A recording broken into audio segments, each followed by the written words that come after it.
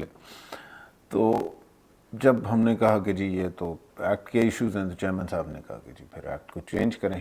اب سر وی ور trend customs officers, نہ ہم لائر ہیں, نہ ہمیں اس طرح تو ہم نے ایکٹس نہیں پڑھے تھے کہ ان کو چینج کیسے کرتے ہیں. سو وی اسٹارٹڈ کہ جی باقی دنیا کے کسٹمز جو ہیں وہ کیسے ان کے ایکٹس لکھے ہوئے ہیں اور ان کو ہم اسٹڈی کریں اور اس کے مطابق پھر ہم وہاں سے سیکھیں اور اس پہ بھی اپلائی کریں. اور ہم نے یہ بھی ریکویسٹ کی کہ جی اس کے لیے ہمیں ہائی پاورڈ پروجیکٹ کو ایکسپینڈ کرنا پڑے گا اور آفسرز دیے جائیں. وی ور lucky enough to receive one of the finest officers that I've again worked with. Azhar Majid Khalid Saab was made a project director. Grade 21 کے کچھ officers ہمارے ساتھ اٹیچ کیے گئے to the extent of making this custom act کی میں جو changes کرنی تھی. اب جب ہم نے ایکٹ پڑھنا شروع کیا, اینڈ پرائمرلی یہ ایگزیکٹو کا کام نہیں ہے, یہ لیجسلیچر کا کام ہے, اور لیجسلیچر کو عوام نے ووٹ ہی اس لیے دیتی ہے کہ وہ جا کے قانون سازی کریں اسمبلیز میں. اور اگر وہ قانون سازی نہیں کر رہے اور ہمارے سارے کے سارے قوانین اسی طرح پڑے ہوئے ہیں, تو پھر اسینشلی وہ کر کیا رہے ہیں.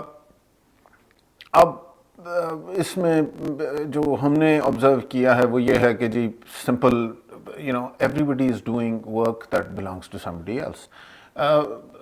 They are more interested in transfer posting of officers, which is an executive function. They are more interested in اپنے علاقے میں یہ ٹھیکہ اور یہ کنسٹرکشن اور وہ فلانا, جو کہ کوئی ٹھیکیداری نیچر کا کام ہے, اور جو پبلک ورکس کی ڈپارٹمنٹس آلریڈی بنی ہوئی ہیں, they should be doing that and working on a national level for doing that. But in any case, and I remember کہ جناب جب میریٹ پہ بلاسٹ ہوا تو ہمارے انٹیریئر منسٹر صاحب ٹیلی ویژن پر آئے اور انہوں نے کہا کہ جی میں تو جی پچھلے 2 گھنٹے پھر میں جی سڑک پہ گشت کر رہا تھا, ٹرکوں کو روک رہا تھا.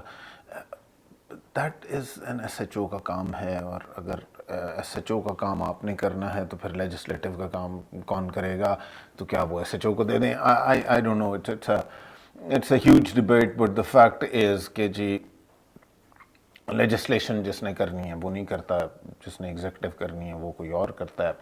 It's a huge mess. اور جب پھر آپ ایکٹ کو پڑھتے ہیں تو اٹس اگین, اور یہ ناٹ اونلی کسٹمز ایکٹ, آپ کسی ایکٹ پہ چلے جائیں تو وہ عجیب سی صورتحال ہے. The idea of the law is کہ جی the most supreme act is the constitution of the country. جو آپ کے باقی پارلیمنٹ کے ایکٹس ہوں گے, میجر ایکٹس ہوں گے یا مائنر ایکٹس ہوں گے, وہ انڈر دا کانسٹیٹیوشن کام کر رہے ہوں گے, اور کسی ایسی اس میں شک نہیں ہوگی جو کانسٹیٹیوشن کو وائلیٹ کرتی ہو. اور اس کے بعد اور ایکٹس اسینشلی صرف انیبلنگ ہوں گے, اور جو پروسیجرل جتنی چیزیں ہوں گی وہ پھر رولز میں نیچے بلڈ ہوں گی. اور تو اب جب ہم نے ایکٹس کو پڑھنا شروع کیا اور کسٹم ایکٹ کو پڑھنا شروع کیا تو وی ریئلائز کہ it's a mess. So we suggested کہ جی while we are at it, so let's just change it, all of it. And we made suggestions اور اس کو ماڈرنائز اس پہ لانے لگے. بٹ چیئرمین صاحب نے کہا کہ جی یہ بہت بڑی ٹاسک ہو جائے گی اور یہ پاسبل شاید نہیں ہوگا پارلیمنٹ سے کروانا, تو صرف اس ایکسٹینٹ تک چینجز کی جائیں کسٹم ایکٹ میں جو کہ انیبل کریں یہ آٹومیٹڈ پروسیس جو کہ ڈیزائن ہو رہا تھا اس میں.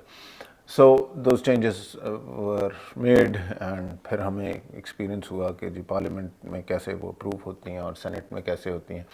ویری انٹرسٹنگ ٹیل, کسی دن موقع ملا تو بات کریں گے. But one thing was absolutely clear, کوئی پڑھتا نہیں ہے, اور along پارٹی لائنز بس ہاتھ کھڑے کرنے ہیں یا نہیں کرنے, اور کسی نے اپوز کرنا ہے کیونکہ اس نے اپوز کرنا ہے, اور کسی نے سپورٹ کرنا ہے کیونکہ اس نے سپورٹ کرنا ہے. That's it.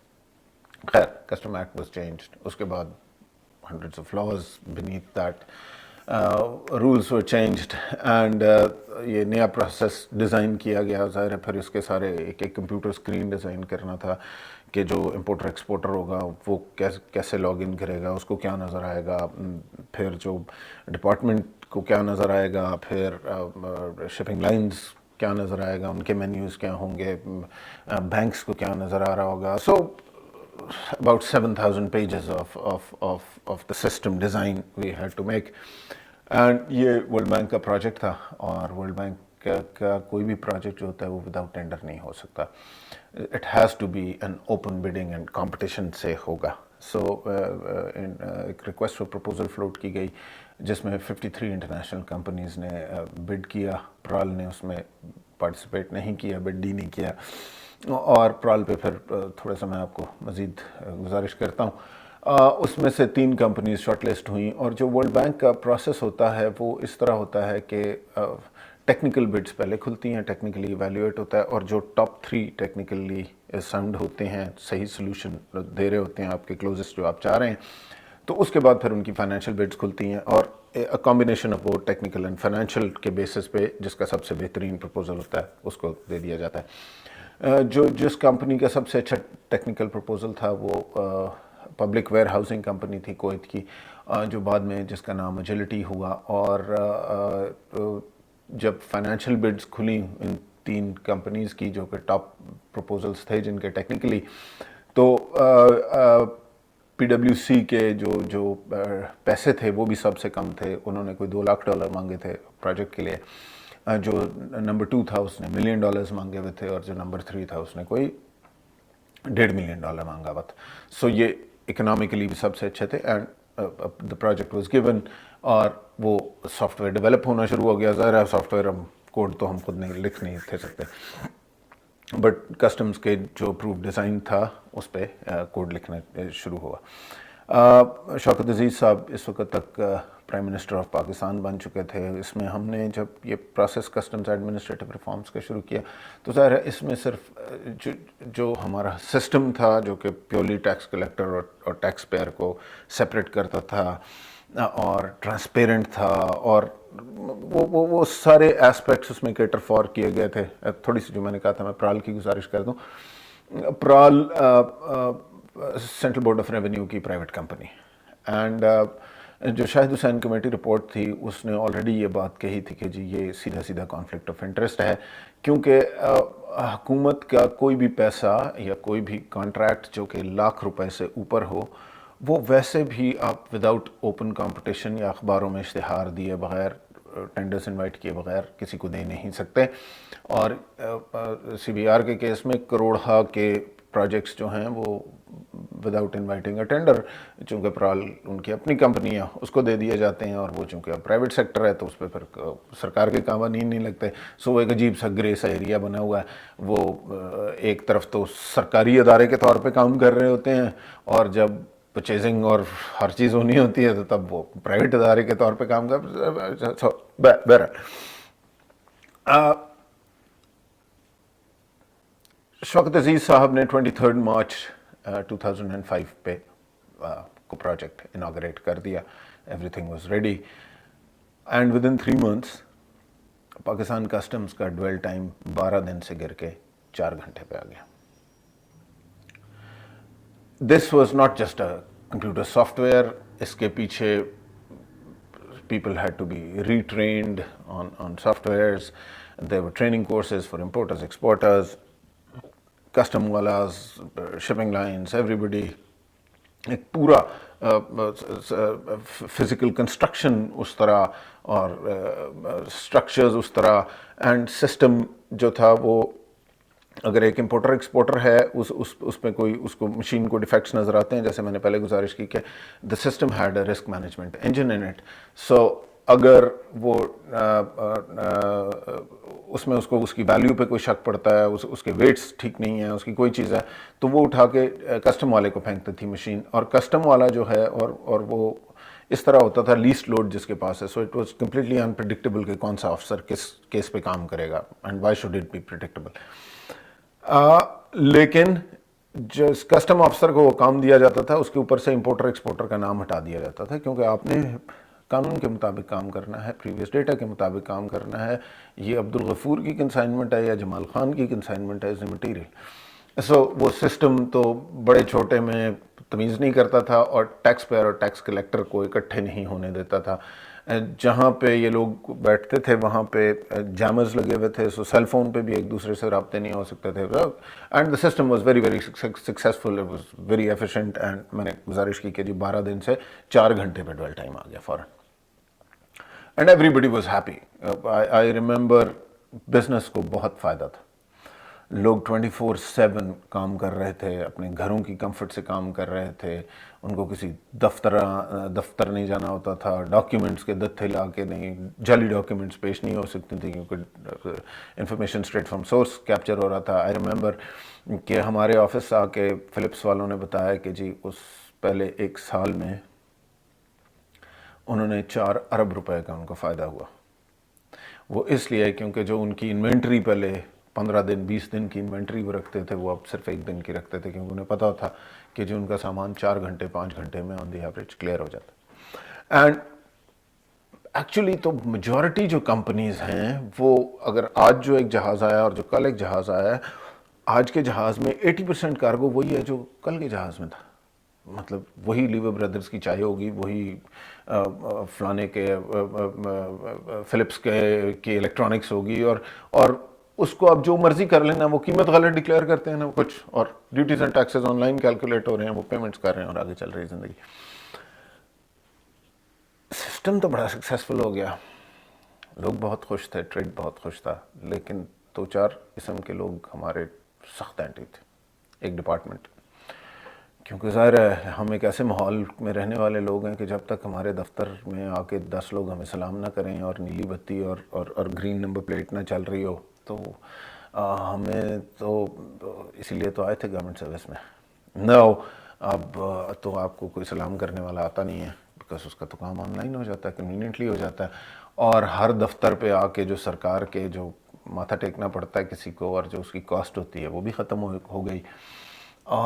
ہم نے اس ریفارم میں یہ بھی کیا تھا کہ جی ہم نے یہ سجیسٹ کیا تھا کہ جی کسٹمز آفیسرز کی سیلریز ڈبل کی جائیں. شوکت عزیز صاحب agree to that, salaries double ہو گئیں.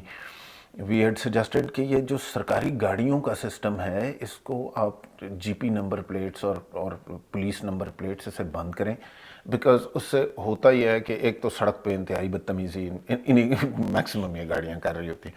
دوسرا ایشو یہ ہے کہ یہ سرکار کا ایک ہیوج پیسہ ہر سال گاڑیوں میں جا رہا ہوتا ہے.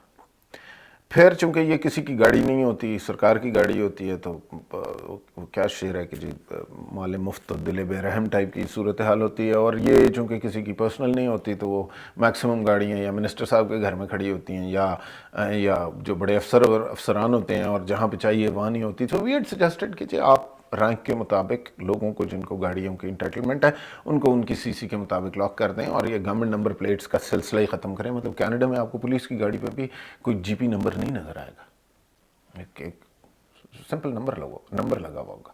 سو یہ کوئی نہیں کہ جی پولیس والا اس گاڑی کو روکتے ہوئے ڈرے گا. اور اس کا it was a whole package. Shaukat Aziz صاحب اگریڈ ٹو ڈبل سیلریز. باقی جو جتنی ہماری سجیشنز تھیں اباؤٹ اینڈ 250 روپیز ہم نے, چونکہ اس پہ ایک چارجز لینے تھے پروسیسنگ فی, تو اٹ واز ہم نے ریکمینڈ کیا تھا کہ جو کسٹمز آفیسرز کی based on their efficiencies as bonuses ہم انہیں دیں, تاکہ ان کی ایک سیلریز اور وہ بھی ایک ٹھیک ہو, and you know they can work efficiently. But obviously nobody was really happy. جس کی پوسٹنگ کرتے تھے وہ رونا شروع کر دیتا تھا, کوئی چھٹی پہ چلا جاتا تھا, جس کو زندگی میں کبھی کوئی کام یاد نہیں آیا تھا اسے اس وقت وہ آتا تھا. And overall the department was highly against us. اس میں 2 نمبر امپورٹر بھی were dead against us, because مسئلہ یہ ہے کہ وہ تو ملی بھگت سے سارے کام چلتے ہیں. جب آپ ملی بھگت ختم کر دیتے ہیں تو پھر سیدھا کام ہی چلے گا, الٹا کام چلنے کے چانسز خراب ہو جاتے ہیں. سو everybody was against us, but things were okay. ہم نے جو کام دیا گیا تھا ہم وہ کر رہے تھے, and we had the finest team of officers, hand-picked officers who did their best in doing everything, and we had an opportunity to do something for our country, and we were doing it, and we were idealistic, and let's do it. ریاض ملک صاحب transfer ہو گئے, اس کے بعد عبداللہ یوسف صاحب آ گئے. عبداللہ یوسف صاحب was a good officer too. ان کی تھوڑی سی ظاہر کسٹم کی انڈرسٹینڈنگ کمزور تھی, تو جو فیصلہ پہلے 10 منٹ میں ہو جاتا تھا وہ اب 3 مہینے میٹنگوں پہ ہوتا تھا. But he was a well meaning officer, and we were going in the right direction. Then prime minister صاحب چلے گئے, پریزیڈنٹ صاحب چلے گئے, پاکستان پیپلز پارٹی کی گورنمنٹ آ گئی, اینڈ جب سارا اوپر کا لاٹ جس کے لیے ہم کام کر رہے تھے وہ تبدیل ہو گیا تو ہمارے لیے زندگی بڑی عجیب ہو گئی تھی. Everybody was against us. There was nobody. We were that rogue band of soldiers who were fighting without their generals, and there was nobody there to support us. بہرحال اس وقت تک ایک بہتر چیز یہ ہوئی تھی کہ جب پروجیکٹ اپنی ایک جگہ پہ پہنچ رہا تھا, اسٹیبلائز ہو چکا تھا, 2 سال سے چل رہا تھا, and everybody could see it was doing tremendously well, so it was very difficult to unwind it. And میری زندگی چونکہ 2001 سے 2007 تک ابھی تک مطلب میں نے ہر چیز ڈیلے کی ہوئی تھی, تو میں نے بھی 1 سال کی چھٹی لی اور میں کینیڈا آیا. جب میں کینیڈا آیا تو پیچھے ایک اسکینڈل شروع ہو گئے. خیر جیسے ہی ساری گورنمنٹ چینج ہوئی تھی تو پروجیکٹ کے تو سب اگینسٹ تھے, and everybody was looking for ways to kind of kill the project. ہر قسم کی انکوائریاں اور انویسٹیگیشنیں شروع تھیں. کبھی ایف آئی اے بلا رہی ہے, کبھی نیب بلا رہی ہے, ہمارے گھر کے بجلی کے بل دیکھے جا رہے ہیں, پچھلے 5 سال کے بل لے آئے ہیں, بچوں کے اسکولوں کی فیسیں, پتہ نہیں بینک اکاؤنٹس اور کیا کیا. بٹ ظاہر کچھ کیا نہیں تھا تو کسی کو ملا بھی کچھ نہیں, اور اکراس دا بورڈ کسی آفسر پہ کچھ نہیں تھا. پروموشنز روک دیا گیا. اظہر مجید خالد صاحب کو ریٹائر کر دیا گیا گریڈ 20 پہ, ان کو پوسٹ آؤٹ کر دیا گیا, اگلا پروموشن نہیں دیا گیا. میں ان دا مین ٹائم چھٹی لے کے جب کینیڈا آیا ہوں تو پیچھے ایک اسکینڈل شروع ہوا کہ جی عاشر صاحب جی 6000 کنٹینر لے کے بھاگ گئے. اب میں نے یہ سوچا کہ یار اگر میں اب واپس نہیں جاتا نا اسٹیج پہ تو میں اپنے گلے لے لوں, اور یہ پاسبلی چاہتے ہی ہے. میں اگلے دن صبح فلائٹ پکڑی اور میں واپس پاکستان پہنچ گیا. میں کہا جناب 6000 کنٹینر ہے نا, کمپیوٹر میں تو ایک سوئی نہیں گھومتی, آپ مجھے ایک کنٹینر نمبر تو بتائیں کون سا کنٹینر ہے جو 6000 کنٹینر میں لے گیا. جب دیکھا تو ظاہر اب کون سے کنٹینر ملنا تھا کیونکہ تھا ہی کوئی نہیں. تو بڑی انکوائریاں بڑی, وہی میں نے کہا کہ جی ہر محکمے ہر ایک نے کر لیا, آخر میں پتہ چلا کچھ نہیں. پھر یہ کہ جی ریونیو کلیکشن جو ہے نا جی ریونیو ڈاؤن ہو گیا. جب اسٹیٹسٹکس اٹھا کے دیکھے گئے تو پیکس کی collect rate for every 100 rupees coming in to پیکس and for every 100 rupees coming to any other collectorate which was not automated, PAX mein the rate of collection was 16 rupees for every 100 rupees. The nearest one was 11 rupees. So PAX ne straight away 5%, which is 11 اور 16 کو اگر آپ دیکھیں تو تقریباً 150 times آپ کا 150% آپ کا ریونیو انہینسمنٹ تھی. سو جس اینگل سے آ کے اس پروجیکٹ کو دیکھتے تھے اس پروجیکٹ میں کوئی ڈیفیکٹ ہی نظر نہیں آتا تھا, اور کسی پہ آپ کچھ کر نہیں تھے سکتے. لیکن ظاہر ہے سب کو تکلیف بھی بہت تھی اور اوپر کوئی سپورٹر بھی نہیں تھا کہ جی یہ تو بند تو کرنا ہی کرنا ہے. خیر ایک دن ہم سب سسپینڈ ہو گئے. حکومت کا قانون یہ ہے کہ اگر آپ کسی کو سسپینڈ کرتے ہیں تو آپ 90 دن کے اندر اندر اسے بتائیں گے کہ بھائی اس نے کیا کیا. ہمارے 6 مہینے گزر گئے, سال گزر گیا, ہمیں کوئی چارج شیٹ ہی نہیں تھا دیتا. سڈنلی وی اسٹارٹیڈ ریئلائزنگ کہ ہمارے پیچھے کیا بولوں خفیہ ادارے اب ہمارے پیچھے انویسٹیگیشن کر رہے ہیں, کیونکہ محکمے نے ان کو یہ بتایا کہ ہم ملک کے دشمن ہیں. جو ہماری پوری ٹیم ہے, all of us were suspended. Okay. And very soon we found ourselves in safe houses. And allegation ہم پہ یہ تھا کہ جی ہم سی آئی اے کے ایجنٹ ہیں اور اس سے پاکستان کی جتنی اسٹریٹجک انفارمیشن ہے وہ ساری امریکہ کو جا رہی ہے, اور یہ سرورز جو ہیں امریکہ میں پڑے ہوئے ہیں, اور یہ فلانا ہے اور یہ ڈھماکہ ہے. اور ہمیں نہ کوئی چارج شیٹ دیتا تھا اور نہ زندگی آگے چلتی تھی. سو وی جسٹ جب finally we got to those safe houses تو وی ایکسپلین ٹو دیم کہ یار پلیز یہ جو آپ باتیں کر رہے ہیں کہ سرور امریکہ میں پڑا ہوا ہے, ایک گریڈ 10 کا آدمی چاہیے. کسٹم ہاؤس کے فرسٹ فلور پہ 2 اسٹیل کے دروازے ہیں, اس کے پیچھے تمام سرورز پڑے ہوئے ہیں, اس کی ایکسیس دنیا میں کسی کو نہیں ہے. اس کی جتنی نیٹ ورک ہے اور سیکیورٹی ہے وہ پرال کے لڑکے مینیج کرتے ہیں. آپ ان سے جا کے پوچھ سکتے ہیں کہ بھائی اس پہ ایکسیس کس کو ہے, کسی کو ایکسیس نہیں ہے. So this is all in the air and our lives have been, کیونکہ ایشو یہ ہے نا جب آپ کو کچھ نہ ملے تو آپ نیشنل سیکیورٹی ایشو بنا دو. جب نیشنل سیکیورٹی آپ نے ایشو بنا دیا تو پھر ظاہر پھر آپ کو کوئی پوچھتا ہی کوئی نہیں. خیر making a long story short جی, 3 سال بعد ہمیں چارج شیٹ ملی. جب تک ظاہر پروجیکٹ کا تو ستیاناس مار دیا تھا نا, because we were all suspended and specific teams were picked up to put and placed there to kill it, remove all the security features. Anyway,